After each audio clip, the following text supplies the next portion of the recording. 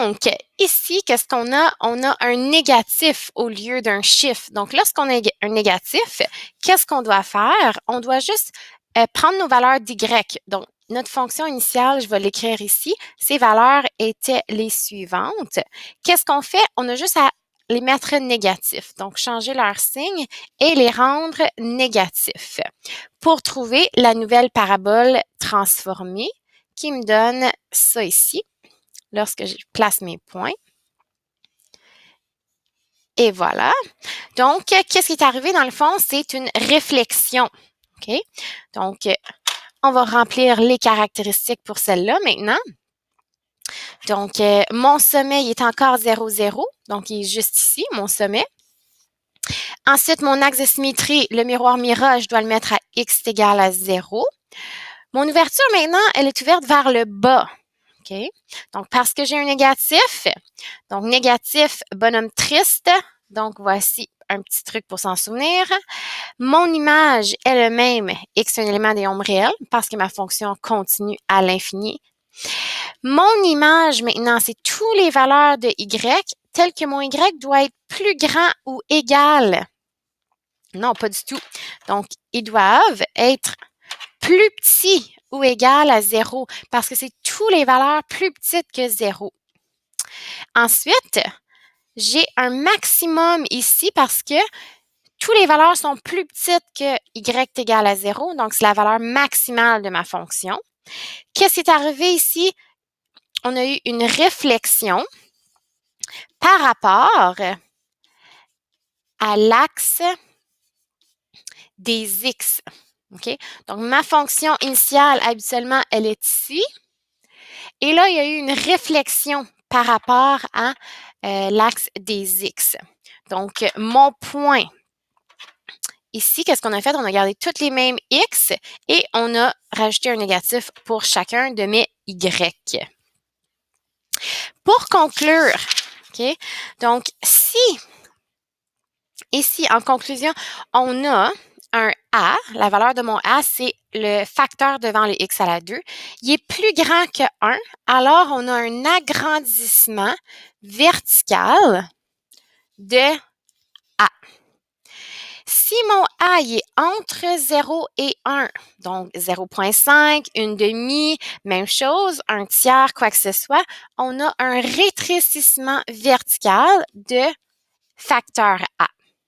Si mon A il est négatif maintenant, c'est parce qu'on a eu une réflexion.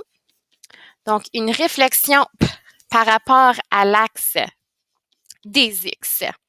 Les coordonnées de mon sommet ici est encore 0, 0 parce que j'ai pas eu de translation vers le haut ou vers le bas. Donc, si on fait un petit exemple ici, qu'arrive-t-il au point 2, 4 lorsque subit les transformations suivantes? Donc, on a le point 2, 4. Je veux une réflexion par rapport à l'axe des x. Donc, tout mon y va devenir négatif. Donc, parce que j'ai une réflexion par rapport à l'axe des x. Et ensuite, j'ai un agrandissement vertical de rapport 6. Donc, je vais multiplier mon y par 6. Donc, moins 4 fois 6 qui va me donner moins 24. Et voilà, réflexion par rapport à l'axe des x, encore une fois, moins 4. Et rétrécissement vertical de rapport 1 quart. Donc, je vais multiplier mon moins 4 par 1 sur 4. Donc, voici ma réponse. Ensuite, on va faire des exercices afin d'appliquer toutes les transformations dans le même. Donc, si on regarde ici, je prends ma valeur moins 2, je remplace mon x par moins 2 dans mon équation afin de trouver sa valeur. Donc, moins 2 à la 2, c'est 4.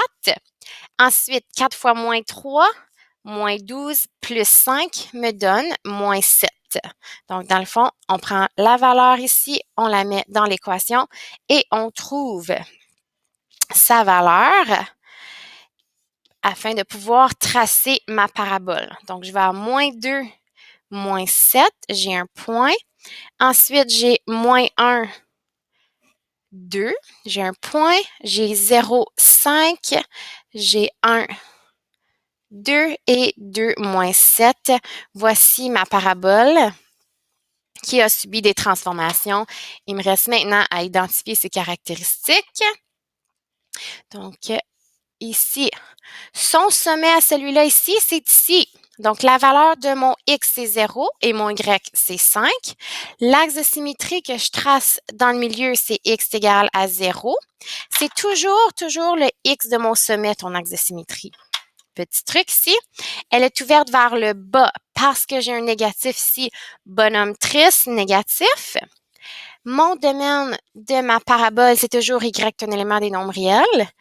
Mon image, Y est un élément des nombres réels, mais Y, il doit être plus petit ou égal de la valeur de mon Y de mon sommet.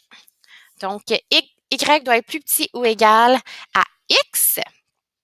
Maintenant, j'ai une valeur maximale. Donc, ma valeur maximale, parce que ma parabole est ouverte vers le bas comme ça, c'est la valeur qui est ici.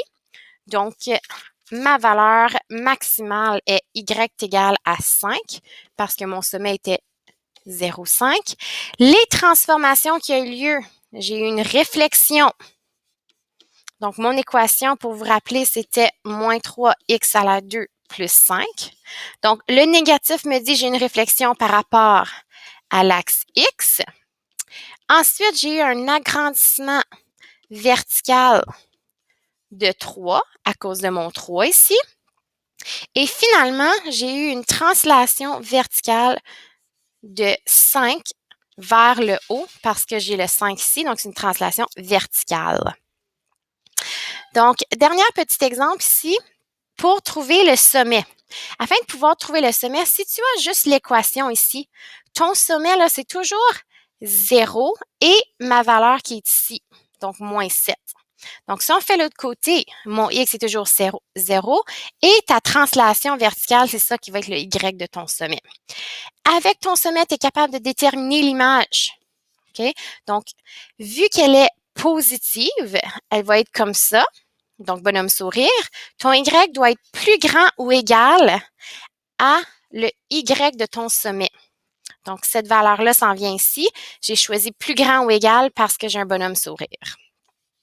Donc, faisons cela ici comme deuxième exemple. J'ai un bonhomme triste. Elle est ouverte de cette façon-là. Donc, mon Y doit être plus petit ou égal de ma valeur maximale de mon sommet, qui est 9. Donc, c'est ça que j'amène ici. Et voilà, j'ai trouvé l'image de ma fonction.